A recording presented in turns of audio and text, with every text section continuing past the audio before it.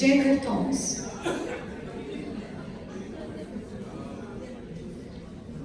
Professor Thomas is the professor and HOD at Department of Dermatology and STD at Sri Balaji Medical College, Chennai in India. Let me draw your attention to the slide here.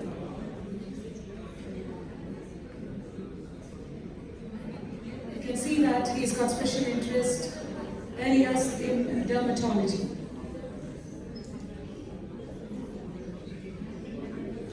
Welcoming Dr. Jayakar Thomas for the deliberation. Thank you.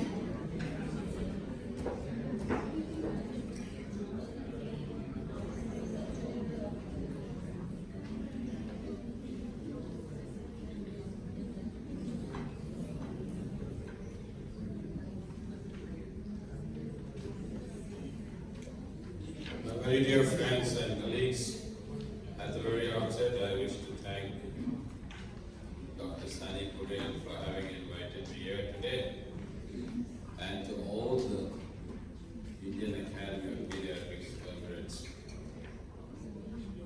for being willing to tolerate me. And I think most of you will be hearing me for the first time. And I must tell you that this is an unenviable position to be a speaker in a postprandial session. I'll try my best, however, to keep you guys awake. I have to declare that I have no financial relationship with any commercial interest. My presentation flow this afternoon will be on these lines. I will touch upon pediatric psoriasis from these aspects: epidemiology, the precipitating factors, quality of life, and the burden of disease in children; clinical features, the differential diagnosis; treatment, which will be divided into topical, phototherapy, systemic, and touch on conventional systemic therapy, and of course on the more recent ones, namely the biologic therapies, and finish off with a few concluding remarks. I know I've been given only 25 minutes and I have to work within those 25 minutes. I'll try my best to, and I will certainly work within those 25 minutes. This doesn't work. Doesn't matter. Now, with regard to epidemiology of leprosy, of psoriasis, one has to understand that psoriasis is an immune-mediated inflammatory disease. Immune-mediated inflammatory disease. So lots of things attached to that terminology of immune-mediated inflammatory disease. 1/3 of the psoriatic population start the disease during their childhood. That is a staggering number, and that definitely will bring interest to us. Psoriasis represents 4.1% of all dermatosis seen in children below 16 years of age, although it is likely to be an underestimate, because with my experience of treating pediatric dermatosis, I see psoriasis much, much higher. There is definitely an impact depending on the different trigger factors, which mainly would include stress in children, and of course bacterial infections, trauma, and most of all obesity. Now that brings us to a lot of different implications with regard to epidemiology of leprosy. And the increase in number in this particular disorder in children is mainly because of the increased awareness among the physicians and also among the parents themselves. Obviously, they keep going through Google and they come and say, "I've got psoriasis." Straight away, it might be an eczema, but still they come and say psoriasis, so one has to be cautious about it.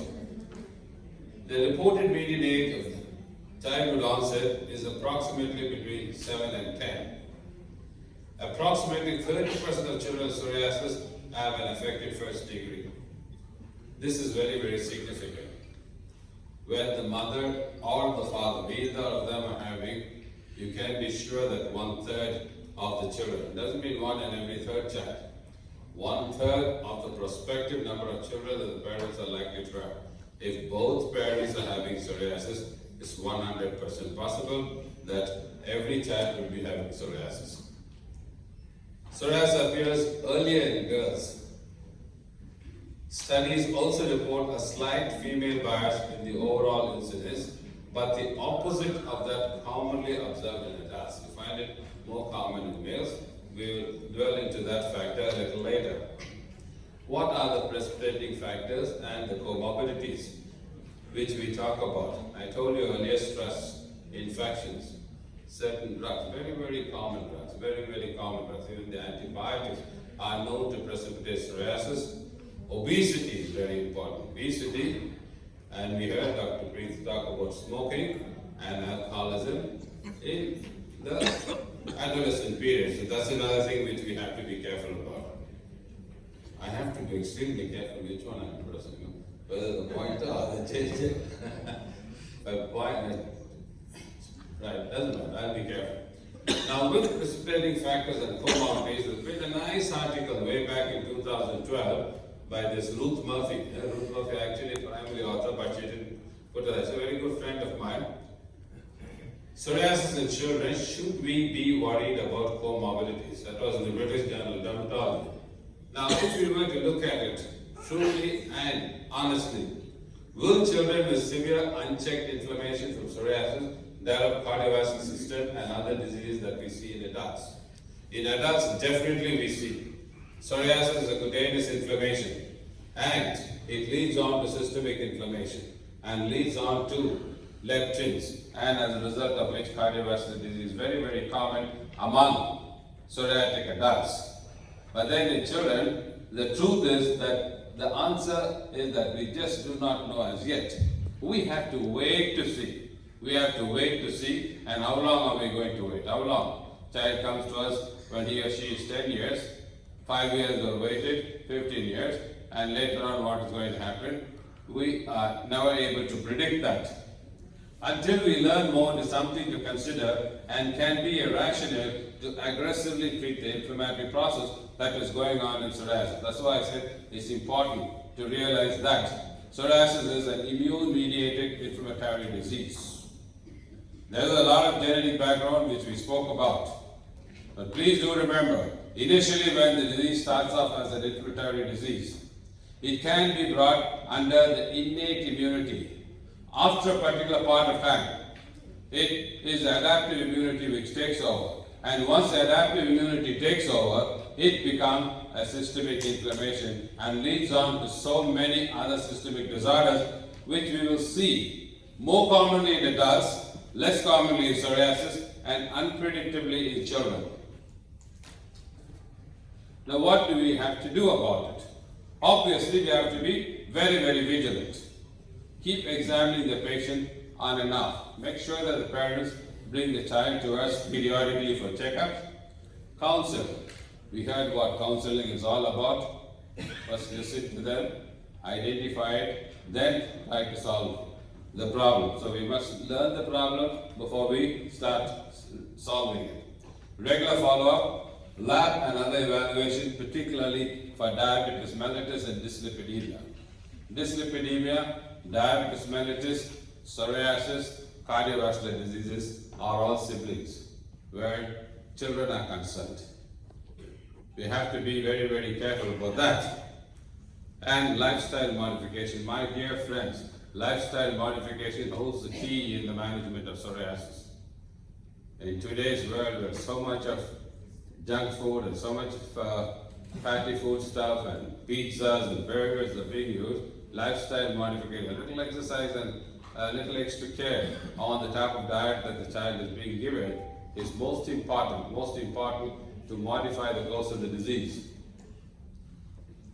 Quality of life and burden of the disease. This is what we are always talking about. Not only in psoriasis, in any disease, we talk about quality of life in children. Now, the social development domain, we have a Children's Dermatology Life Quality Index, which just keep ticking off. But that's not the story. That's not the story. It's only the beginning. It doesn't end by just ticking off and calculating yes, it's 8 points or 10 points, it really doesn't have. Two aspects which are rarely discussed in literature, not only rarely, so far not discussed. But I have taken it up in my own way and we started doing studies on this. Two things is the number of scales the amount of scales that is being shed by these children. It really makes one feel obnoxious, particularly the neighbors, the children who are seated with them in school.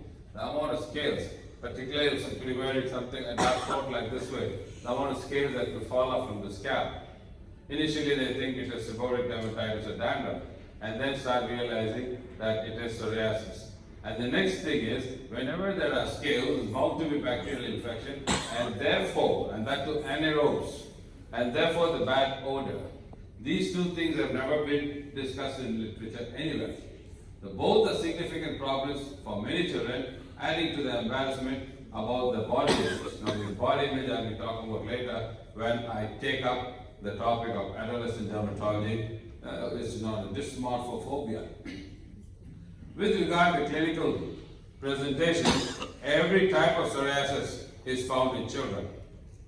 And one is really not able to explain why certain types of psoriasis, clinical types occur in certain types of children alone. That is, turning on and off the genes and their interaction and expression are the determinants of these patterns. But who knows when which turn is getting turned on or turned off? All this is big talk, all this is big talk. We yet do not know the actually presence or absence of mutations in the 36 loci of psoriasis must be causing these expressional multicotymies, the different multi-type of psoriasis that we see.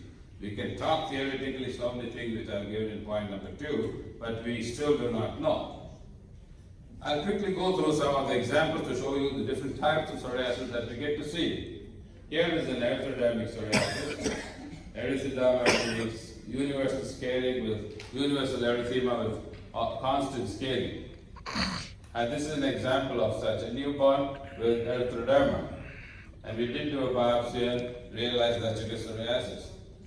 Now here is the paper published by my colleagues and I, Dr. Parimalan Kumar and myself, for congenital erythrodermic psoriasis. We reported this. Now what is more important is more than just reporting congenital erythrodermic psoriasis, most of the congenital erythrodermas that we see in the neonatal ward will be psoriasis. If you learn to do a biopsy, very easy to do a biopsy. Just with a razor blade, you take a portion of it and send it for histopathological examination. The results will come with psoriasis. We found that nearly 80% of congenital erythroderma belong to the psoriatic family. And that was published in the Indian Dermatology. This is going to happen. Other forms of psoriasis are chronic plaque psoriasis, which can occur. Yet another example of chronic plaque psoriasis going in further, scalp psoriasis, scalp psoriasis. This is the thing which as the child grows, could be very, very embarrassing, the scales falling off of the scalp, plaited hair. And for young girls, when the scales keep falling off from the scalp. Psoriasis almost all over the body. Nail psoriasis, the pits that are seen in the nails. Psoriasis in the palms and toes, really hurting to the children. Really very, very hurting, cracking and burning and itching all the time. One thing about genital psoriasis. Now, vulvar psoriasis in adults and children, both in adults and children.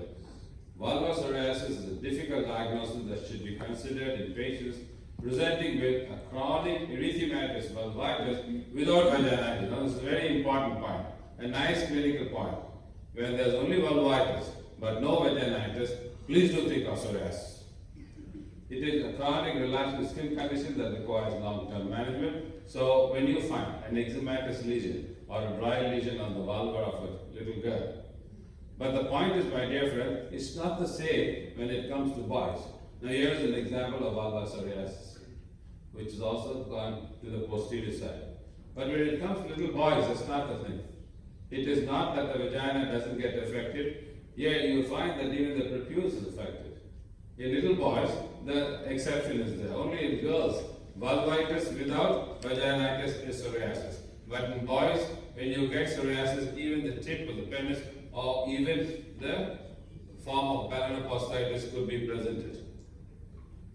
Here the classical extensor psoriasis that is seen, the classical block type of chronic plaque psoriasis in children. And this is another interesting morphological feature where you get multiple pustules. Pustular psoriasis, a very dangerous condition again, killer disease, if I was allowed to give that name. It's a killer disease. Look at the different forms of it. There's so much of pustules. How do they expect this little girl to survive?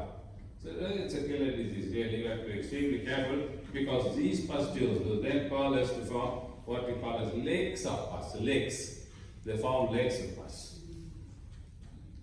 Then, joint disease. Psoriatic arthritis. We think it's only a disease of the adults. No, it does occur in children. And the best way is when you find that the nails get affected and the joint near the nails get affected, then you know that it is psoriatic arthritis.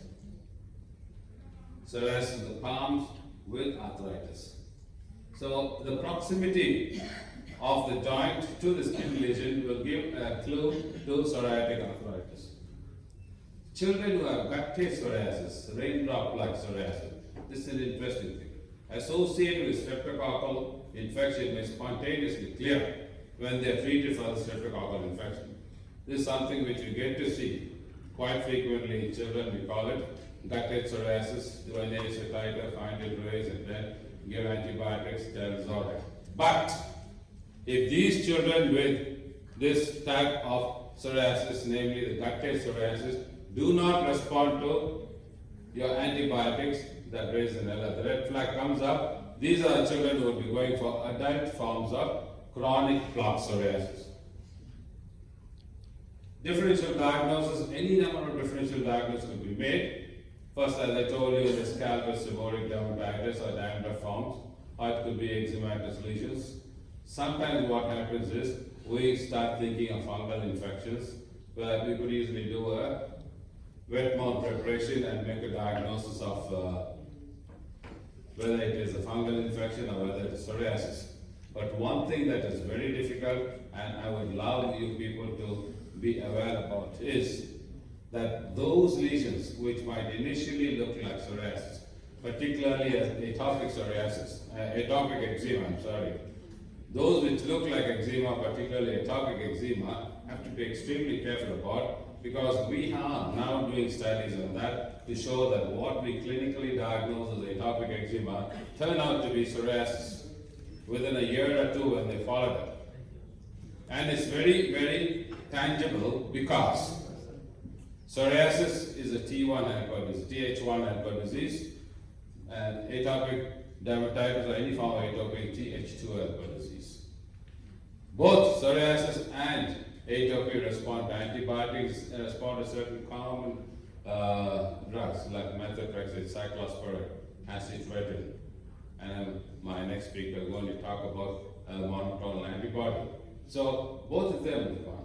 So when I was in Vienna the last time for the European Academy of Dermatology and Venereology, I did make a presentation that psoriasis and atopic dermatitis are two spectra of the same disease. 50% of them agreed, 50% I won't say what they did. So they are not two diseases maybe, they are spectra of the same disease, if not in all children, maybe in at least a good number of them.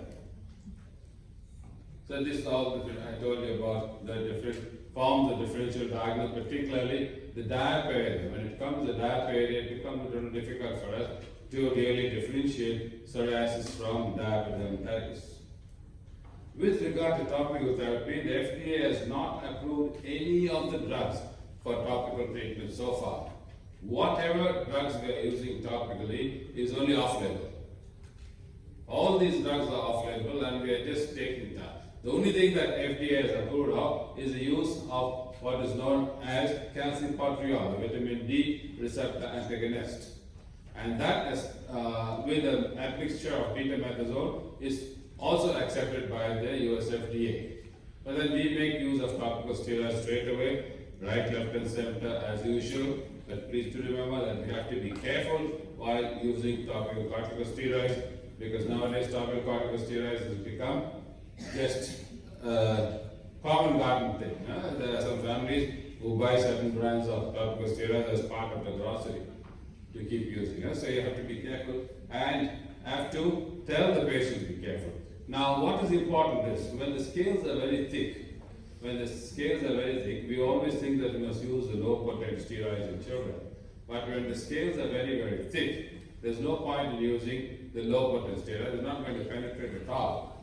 You might have to go for higher potency steroids. Now, what are the factors that really are barriers to the use of topical steroids? Patient complaints. Every day, at least I've had 5 patients coming after I have given the prescription and I say, sir, topical steroid you've got. Is there a steroid in it? As if they know everything about steroids, the professor of steroidology. It really irritates the physician. I get irritated. I don't know how many of you will get irritated or not. I get irritated, I tear it, give it to them, I say, you want to use it, use it. And they find a better dermatologist. Your child needs this. No, they told me, the previous person told me this, that. Go to him, go to her. Don't come to me. So that is a big barrier. That's a big barrier. The tactile aversion, of course, by the child himself or others. Access to availability. Of course, in India, any drug is easily accessible. Prohibitive out-of-pocket expense. Psoriasis is not a condition which is covered by the insurance. So getting to spend so much of money, potential side effects as I told you, concerns about medication risk including corticosteroid phobia. There is a group for this. Yes, they are working on this corticosteroid phobia. But there is another group which really love corticosteroids. I would like to call them corticosteroid philiacs. They love using steroids, that's too on the face, because it makes the face lighter in color. It makes it glow and all that. But after 3 to 6 months, they start getting acne and acne foundations. There are people who use it. That's why I said, as part of the monthly grocery, there are people who buy certain brands of steroids. Now, it is best practice, therefore, my dear friends, that these barriers are discussed with the patient and the family. Definitely, you have to spend some time discussing it. Percutaneous absorption, greater in infants, we know that the body surface area, the body weight is almost just 1/3 of what it is seen in adults. And therefore stands to reason that whatever we apply on the skin of the child should be only 1/3 the strength of what we apply for an adult. If you're using 0.1% in an adult, we should use 0.03% in a child. That's how we get these smaller percentages. If it's not available in the market, just buy a little bit of the cream, mix it with cold cream, maybe a cream or something, and use it. Phototherapy, most of us, or at least I'm one among the most of them who do not use phototherapy in a big way, because it's not easy to get the child every day to the clinic. At least once in 2 days, the child has to come to the clinic and has to leave school. Education problem is there. Parents have to leave the work and come, take leave from the work and come. All that becomes difficult, but then when it is absolutely necessary and when it's practical, and we always make use of this as a good modality of treatment. Sometimes the phototherapy is added on to systemic therapy, surveillance can be added, but we have to be careful about the side effects, particularly surveillance being carcinogenic.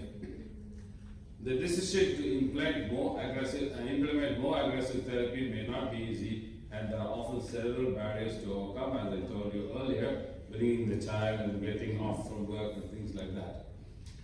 Conventional systemic therapy will include methotrexate, harmless and best, easily available, very economical, can be given 5 milligrams per kg, 5 milligrams once a week. It's about 0.5 milligrams per kg body weight, but don't give more than 5 to 10 milligrams for a child. You give it, and it's only once a week, but make sure that you have folic acid whenever you give methotrexate. Another very useful drug, very useful drug as a matter of fact, cyclosporin, but it's used only as a crisis buster. We call it a crisis buster because when the child is acutely ill with psoriasis, we could give it. not for any and every psoriasis, not for milder forms of psoriasis. Then another thing is acid-retinoid. Acid-retinoid, but you have to be careful. You cannot give it for young girls, no, because of the toxicity, and it stays for a long time. They say for 3 years, but then it stays even longer. Stays even longer for 6 to 8 years. So you have to be careful when using it in girls. Next thing, of course, is biologics. Biologics again has not been approved. Has not been approved. Recently, in just about a year ago, November 2018, the anti-TNF agent etanercept has been approved for use in psoriasis in children. All other biologics, many biologics are there for use in adults, but I'm talking about for use in children. It's only the anti-TNF agent etanercept. So what would be my remarks to finish off with? I hope I'm within time. Oh yes, very much, huh? Good.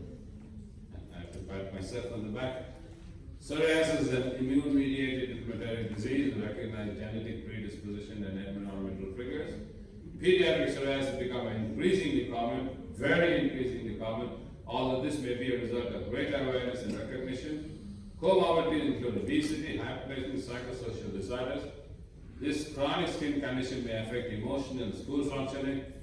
Pediatric psoriasis can have distinct presentations that may evolve over time and vary from those classically seen in adults. That brings almost to certain other remarks, particularly that with regard to treatment, you have to be careful. State of the art is treatment of psoriasis. Most importantly, there is no one-size-fits-all algorithm. Treatment must be tailored to each individual presentation. Thank you very much for your attention.